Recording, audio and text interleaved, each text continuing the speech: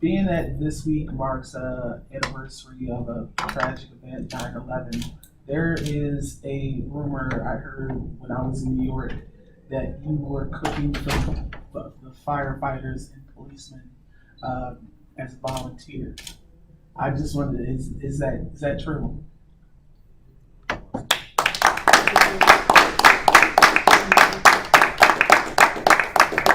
Honestly, that's the next question. Like everyone who lives in New York, I was deeply affected. Like everyone everywhere, I was deeply affected. But the New Yorkers especially were like, wow. And I went to volunteer, and they had lines of people already, and they said, we have all the diggers we need, we have all the tunnelers we need, we have all these relief people. They gave me a phone number to call.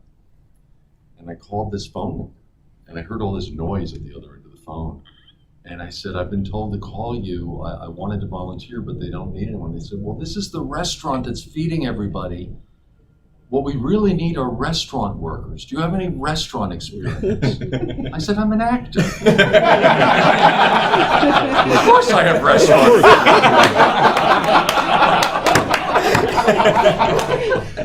I said, what do you need? I said, you need waiters or cooks? They said, wait a minute, you cook? I said, yeah, I worked in the kitchen. They said, are you free? I said, well, yeah, I'm between jobs right now. They said, no, I mean, are you free right now, tonight? We need you now. So I started doing the night shift that night. Wow. And that was in the week right after the attack. And it was just a few blocks away from the pot. They called it the pile. And the smell was something that no one will ever forget. It was the sort of sulfurous, sweet smell. And there was just a glow from all the work lights that were shining on the pile as they were searching. And then we were running this massive kitchen a few blocks away, and firefighters and emergency people and cops and more cops would come through all night long. And I did the night shift from 6 p.m. to 6 a.m. for a couple of weeks, it turned out to be. And all this food would come down in trucks from the Midtown restaurants. It was like this improvised machine was created in a matter of days. It was amazing.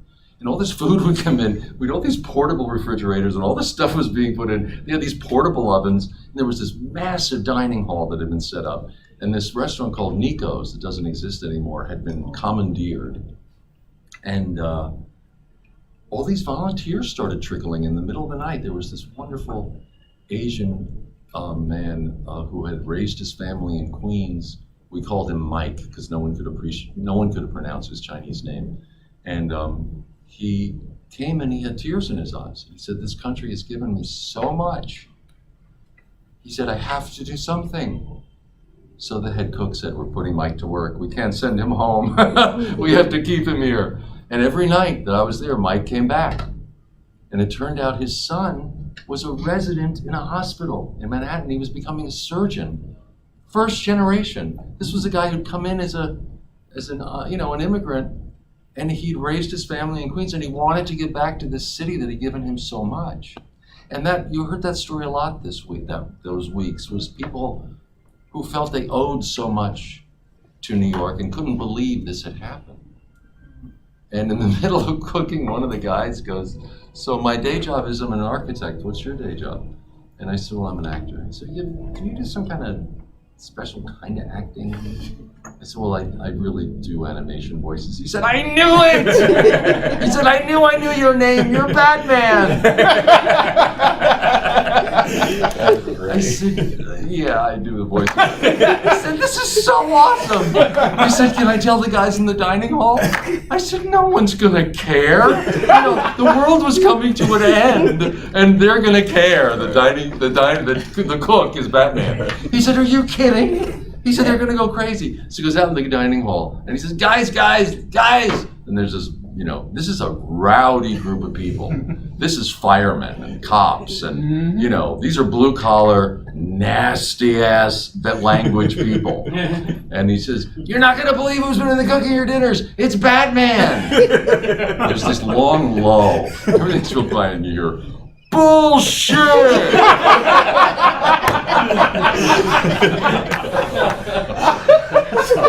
And then there's someone else screams out, "Make him prove it!" So I thought, okay, challenge. That's not good. So back from the kitchen, I knew, I am vengeance. I am the night. I am Batman.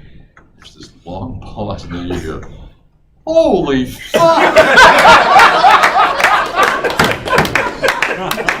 That is Batman!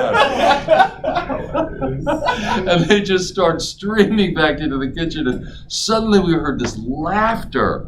And people going, "Oh man, you know, the Joker this, and Harley Quinn that, and oh, that Poison Ivy, man, she's a babe." And everyone just started laughing. And the architect who had recognized me said, "How does it feel to be Santa Claus?" Wow. He said, "Because that's the first laughter we've heard in 2 weeks."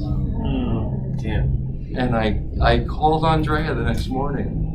Because the whole motivation for doing this was I felt like I'd wasted my life. At that time, I think a lot of people felt like they'd wasted their lives. Because people were dying. Yeah. And what are you doing? You're working in animation doing a voice. What are you doing with your life? You're not saving anybody. And I called Andrea the next morning and I said, "You know something? What we do really does matter." Because the one thing they needed last night was a good laugh. I said, "You would have been so proud." That place burst out laughing. And people were happy for just a few minutes. So that's my ground zero. It's beautiful.